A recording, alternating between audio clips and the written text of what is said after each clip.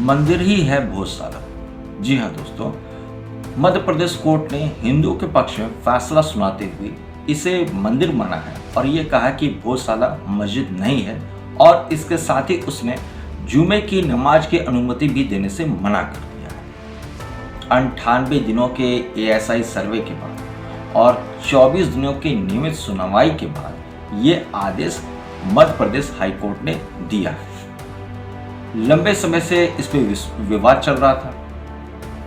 दोस्तों, ये भोजशाला काफी पुराना है और परमार वंश के प्रतापी राजा भोज ने इसे बनवाया था। भोज का भवन इसे कहा जाता है और इसे धार नगरी में विकसित किया गया था, जिससे आज धार नाम से जानते हैं। दोस्तों, यहाँ पे वाघ देवी की एक मूर्ति भी स्थापित की गई थी, जिसे हम माँ सरस्वती के भी नाम से जानते हैं।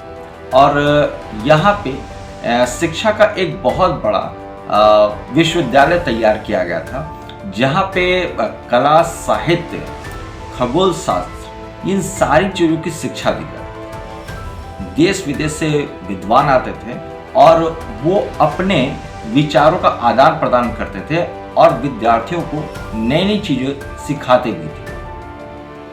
हालांकि लंबे समय तक ज्ञान का केंद्र रहा ये भोजशाला उस समय बर्बाद हुआ जब 1305 में अलाउद्दीन खिलजी ने इसके ऊपर आक्रमण किया और इसे तहस नहस कर दिया, और इसके साथ ही इसका एक अस्तित्व भी समाप्त हो गया था। परंतु सच सच ही होता है दोस्तों, और लंबी सुनवाई के बाद, लंबी प्रक्रिया के बाद, हिंदुओं की एक लंबी लड़ाई के बाद संवैधानिक रूप से फिर इसे मंदिर के रूप में मान्यता मिलेगी।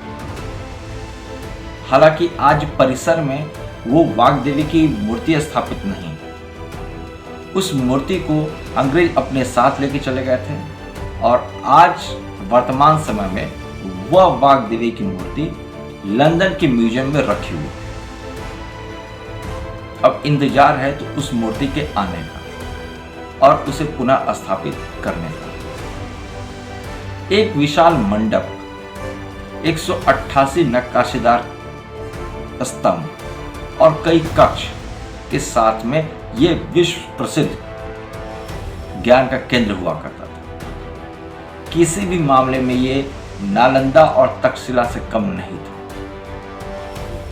लेकिन जिस तरीके से नालंदा और तक्षशिला बर्बाद हुए, उसी तरीके से भोजशाला भी बर्बाद हो गया दोस्तों। परंतु अब जब हिंदू के पक्ष में ये फैसला आया है तो कहीं ना कहीं एक फिर से इसे उसी तरीके से ज्ञान का केंद्र के रूप में स्थापित करने की, पुनः स्थापित करने की कोशिश की जाएगी, और आने वाले समय में ये धार नगरी का वही केंद्र बनेगा जो एक जमाने में हुआ करता था।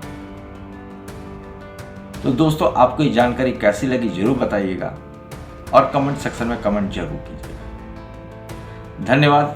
जय हिंद, वंदे मातरम दोस्तों।